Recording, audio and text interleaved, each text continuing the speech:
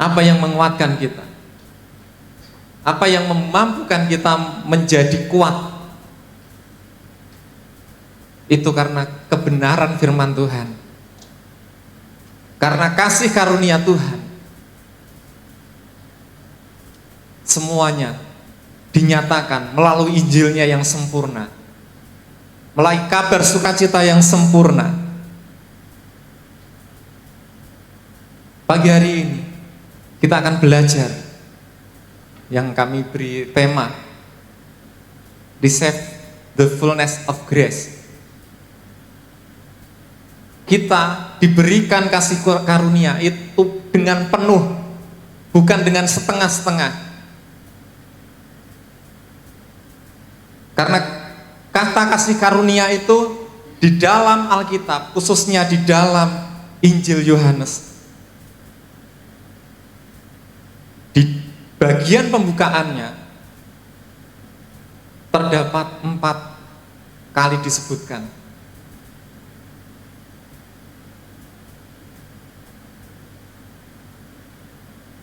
Kita bisa lihat di dalam Injil Yohanes,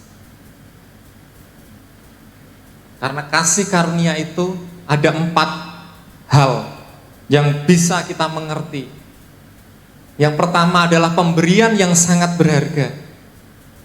Dikatakan di dalam Yohanes 1 ayat 16 ini, karena dari kepenuhannya kita semua telah menerima kasih karunia demi kasih karunia. Di dalam terjemahan lainnya dari NET, for we have received for his fullness one gracious gift after another.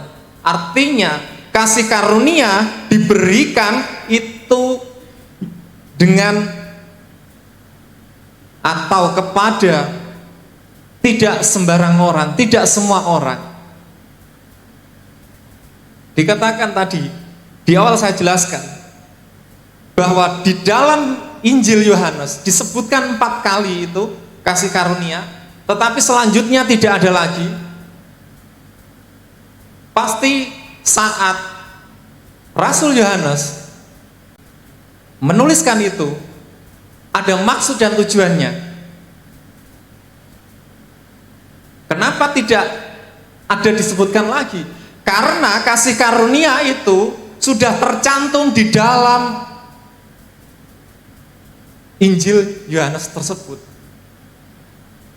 Maka di dalam bagian pembukaan dikatakan, firman itu telah menjadi manusia. Allah itu menjadi firman atau logos itu menjadi manusia, menjadi Yesus untuk menjadi sumber kasih karunia.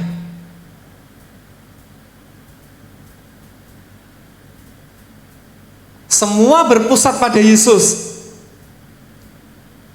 Allah yang hadir melaluinya.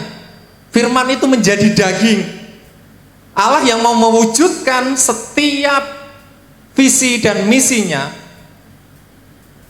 dan relasi secara utuhnya itu dengan resiko. Resiko adalah mengorbankan dirinya sendiri. Dan kasih karunia tidak sembarang orang bisa menerima. Sampai sekarang banyak perdebatan. Apakah kasih karunia itu bisa hilang? Keselamatan itu bisa hilang?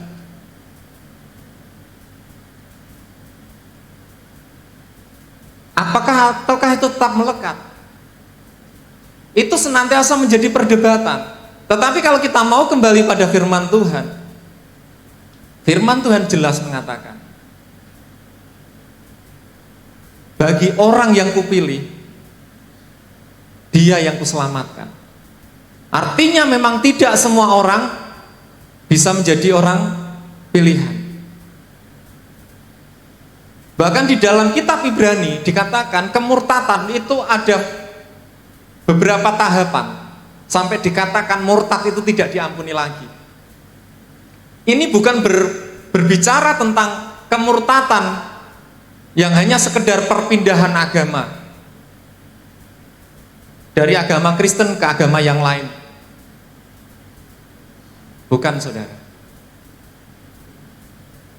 Tetapi dari Allah lah, dari awal mula Allah telah memilih umatnya untuk diselamatkan. Orang yang sudah diselamatkan, sekalipun jatuh di dalam dosa, sekalipun sudah murtad, dia pasti akan kembali berbalik. Tetapi bagi orang yang memang tidak terpilih, sekalipun hidupnya seolah-olah dibungkus dengan agamawi, hidupnya senantiasa menyebut Tuhan, Tuhan, berdoa dengan sangat panjang dan lain sebagainya, tetapi kalau dia bukan pilihan, Yesus berkata apa? Aku tidak mengenal engkau.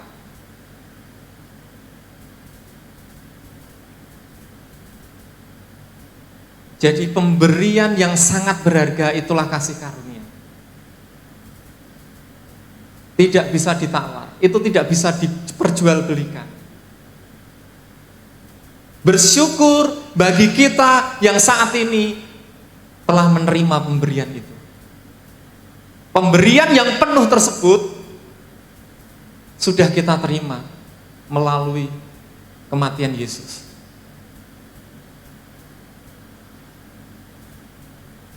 Sekalipun mungkin di dalam hidup kita tidak sempurna, tetapi Tuhan tetap memilih kita.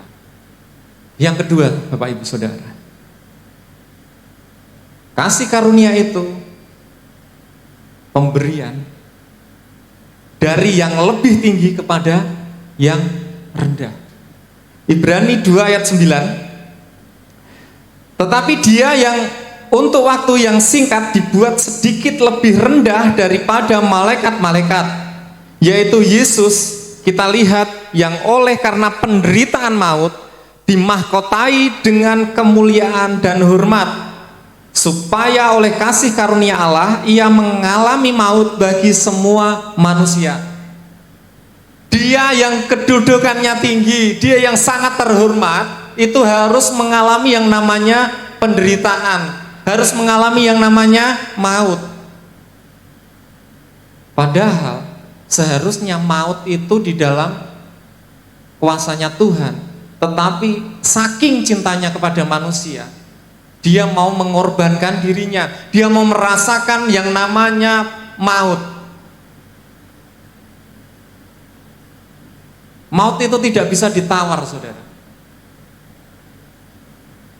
Kehidupan kita itu hanya batasnya adalah pada maut tadi. Kita masih hidup, tapi kalau maut sudah menjemput, maka kita mati. Apalagi zaman sekarang, orang mati itu gampang sekali. Orang yang sehat, walafiat gitu kan, besoknya mati. Oleh sebab itu, di posisi kita yang rendah ini, kita yang di dalam alam maut ini, kita harus lebih dekat kepada Tuhan. Kasih karunia itu mudah sekali untuk diterima, tetapi mempertahankannya itu yang tidak mudah. Di dalam Yakobus pasal 4 ayat 6, tetapi kasih karunia yang dianugerahkannya kepada kita lebih besar daripada itu. Karena itu ia katakan, Allah menentang orang yang congkak, tetapi mengasihani orang yang rendah hati. Secara manusiawi, kita bisa membedakan atau melihat secara mata manusiawi kita. Orang itu hidupnya dipenuhi kasih karunia Allah itu bagaimana caranya? Tentunya di dalam hidupnya ada kerendahan hati, di dalam hidupnya ada karakter Kristus yang menaungi. Kesombongan, kecongkakan itu bukan seperti ketegasan, itu berbeda. Mungkin ada orang yang memang tegas di dalam sebuah peraturan dan lain sebagainya, tetapi itu bukan kesombongan. Memang itu harus dilakukan, misalnya contoh pemimpin harus mempunyai ketegasan dan lain sebagainya. Tetapi di dalam kehidupan kesombongan itu harus ditinggalkan. Kasih karunia itu dianugerahkan kepada orang-orang yang rendah hati. Dikatakan di dalam Yakobus ini. Karena kasih karunia ini sinonim katanya yaitu ada dua. Kalau dari bahasa Yunani adalah charis, adalah sebuah kata benda untuk menerjemahkan tentang anugerah atau kemurahan hati. Terus yang kedua dari bahasa Ibrani itu ken, Bapak Ibu Saudara, yang diterjemahkan juga dengan kasih karunia. Dipakai dalam pengertian perbuatan seorang atasan yang menunjukkan kepada bawahannya tentang kasihnya. Bapak Ibu pernah bekerja di dalam sebuah perusahaan, punya atasan? Kira-kira kalau atasannya itu baik, seneng nggak? Tapi kalau atasannya itu, tadi saya katakan, kita harus bedakan. Kalau tegas, oke gitu. Tapi misalnya atasannya sombong, galaknya galak sombong, bukan galak tegas gitu kan. Akan berbeda rasanya. Begitu juga dengan Tuhan. Tuhan itu tegas. Tuhan itu penuh kasih. Saat dia memberikan pengajaran, menghajar, bahkan dikatakan kalau kita itu bandel, kita nggak manut, kita akan dihajar. Dan Tuhan itu adalah bahasanya itu atasan yang akan mengangkat derajat bawahannya. Seorang atasan yang baik, seorang pemimpin yang baik itu akan mendelegasikan kebaikan itu untuk generasi selanjutnya. Bahwa kasih karunia itu dikerjakan oleh yang lebih tinggi kepada yang lebih rendah. Kalau seorang rakyat biasa memberi sesuatu kepada raja, itu adalah sebuah upeti. Upeti itu adalah semacam peraturan. Kamu harus memberikan ini kalau kamu menjadi bawahanku. Itu di masa-masa penjajahan, masa-masa kerajaan kolonial dan lain sebagainya. Harus memberikan apa yang dipunyai itu dengan paksa. Tetapi seorang raja yang baik, dia akan memberikan secara cuma-cuma. Itulah kasih karunia. Tidak semua orang bisa menerima.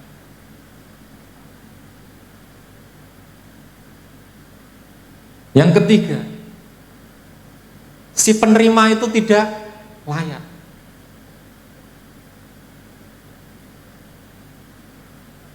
Kita sebenarnya itu tidak layak untuk menerima kasih karunia. Kalau diukur dari sisi manusiawi, sisi hitung-hitungan manusiawi.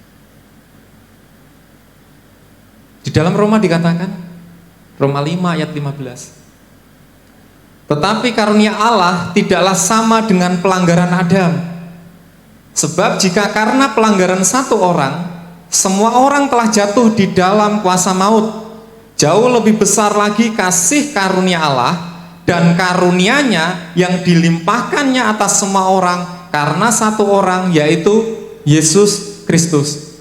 Kita tahu pelanggaran Adam itu menyebabkan semua manusia berdosa dan hidup di dalam kuasa maut, dalam cengkraman maut.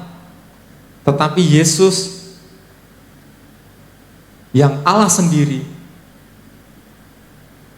dia mau menggantikan kita yang sebenarnya tidak layak ini untuk menerima kasih karunia-Nya.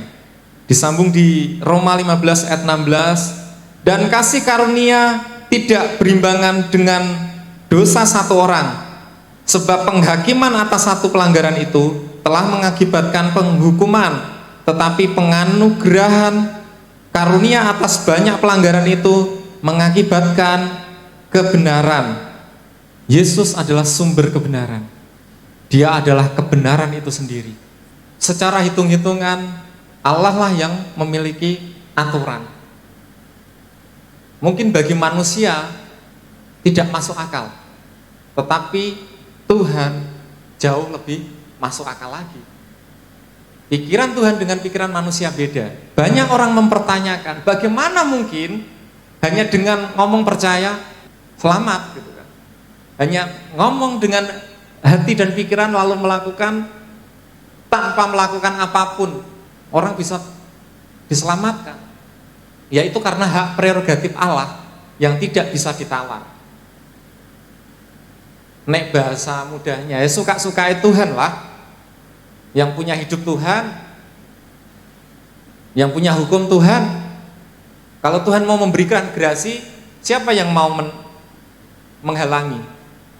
Contoh, seorang hukuman yang harusnya dihukum mati, tetapi kalau seorang presiden memberikan grasi, maka seluruh hukum yang ada di dalam kehidupannya itu seketika itu selesai.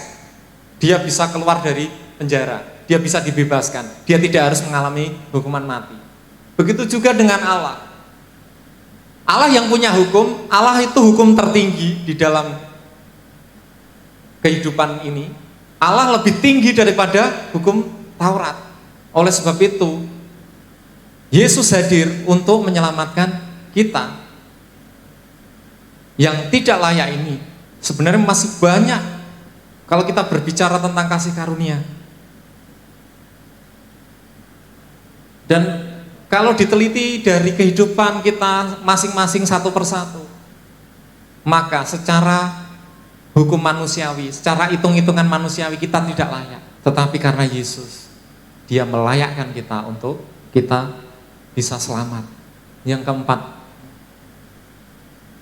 kasih karunia itu diberikan secara cuma-cuma. Kalau bahasanya Malaysia itu percuma. Kalau bahasanya Upin Ipin itu kan percuma atau gratis, tanpa bayar, tanpa harus melakukan persyaratan ini itu. Di dalam Roma 3, dan kita bisa baca bersama-sama ini. Bapak Ibu bisa bersama-sama baca, bisa lihat ya. Dan oleh kasih karunia telah dibenarkan dengan cuma-cuma karena penebusan dalam Kristus. Dunia sampai sekarang masih mempertanyakan bagaimana bisa orang yang percaya Yesus, hidupnya bergantung pada Yesus bisa selamat. Mereka senantiasa menerapkan segala sesuatunya di dalam peraturan duniawi, peraturan agamawi. Gambarannya seperti ini Bapak Ibu. Kita sudah tidak usah mikir, yang penting kita selamat. Piye carane gitu kan. Meskipun ada yang mungkin secara kehidupan manusia atau secara peraturan hukum Taurat itu ada yang dilanggar. Artinya kita memang tidak layak sebenarnya. Tadi dikatakan memang kita tidak layak untuk menerima kasih karunia ini. Tetapi Tuhan itu dengan caranya Tuhan itu memberikan secara cuma-cuma. Cara Tuhan memberikan secara cuma-cuma. Hidupmu itu bobrok, hidupmu itu penuh dosa, hidupmu penuh kesalahan. Tetapi kalau Tuhan berkata kamu selamat, ya selamat. Yang perlu kita siapkan adalah hati kita. Kita tahu Tuhan sudah begitu luar biasa. Kepenuhannya itu benar-benar penuh, tidak setengah atau seperempat, tapi benar-benar full. Kasih karunia itu yang full telah diberikan pada kita. Dan Tuhan hanya ingin kita senantiasa menjaga hati kita. Dengan kasih karunia Tuhan, percaya kalau kita bisa memberikan persepuluhan, kita bisa memberikan persembahan yang penuh di dalam hidup kita, itu bukan karena pikiran kita, hati kita, itu memang itu kita sudah tidak usah hitung-hitungkan lagi. Ada orang berpikir bahwa kalau aku mempersembahkan ini maka aku akan diberikan seperti ini. Itu adalah cara orang di perjanjian lama. Tetapi cara Tuhan, saat orang menyadari bahwa hidupnya sudah diselamatkan, maka yang bersangkutan juga akan paham. Dia harus juga peduli kepada orang lain. Orang akan paham di dalam bergereja itu juga dibutuhkan untuk biaya operasional dan lain sebagainya. Maka saat orang itu sudah hatinya dipenuhi dengan kasih karunia, hidupnya dipenuhi dengan kasih karunia, maka secara otomatis orang dapat melakukan yang terbaik untuk kemuliaan nama Tuhan. Dan pagi hari ini kita harus bersyukur kita menjadi orang-orang yang terpilih. Karena kasih karunia itu adalah sesuatu yang sangat berharga, yang telah diberikan oleh yang maha tinggi untuk manusia yang tidak layak, dan semuanya diberikan secara gratis atau cuma-cuma. Saya percaya dengan menerima kasih karunia itu, hidup kita akan semakin hari semakin diperbarui. Hidup kita akan menjadi berkat bagi orang lain. Hidup kita mampu menjadi teladan. Sekali lagi, ada banyak cara Tuhan memanggil. Ada banyak cara Tuhan menyelamatkan. Bukan hanya rutinitas ibadah agamawi saja yang bisa membuat kita diselamatkan, tetapi utamanya adalah hati dan pikiran kita harus senantiasa teguh percaya kepada Tuhan, percaya kepada Injil kebenaran Allah. Sebab kemana lagi kita mau mendapat keselamatan? Kalau keselamatan itu sudah kita dapatkan di dalam Yesus, apakah kita masih perlu kesana kemari untuk mencari kebenaran itu? Keselamatan bukan berbicara tentang jumlah banyaknya jiwa di dalam gereja, tetapi keselamatan berbicara kualitas orang-orang yang ada di dalam sebuah gereja. Bagaimana menteladani sikap hidup Yesus.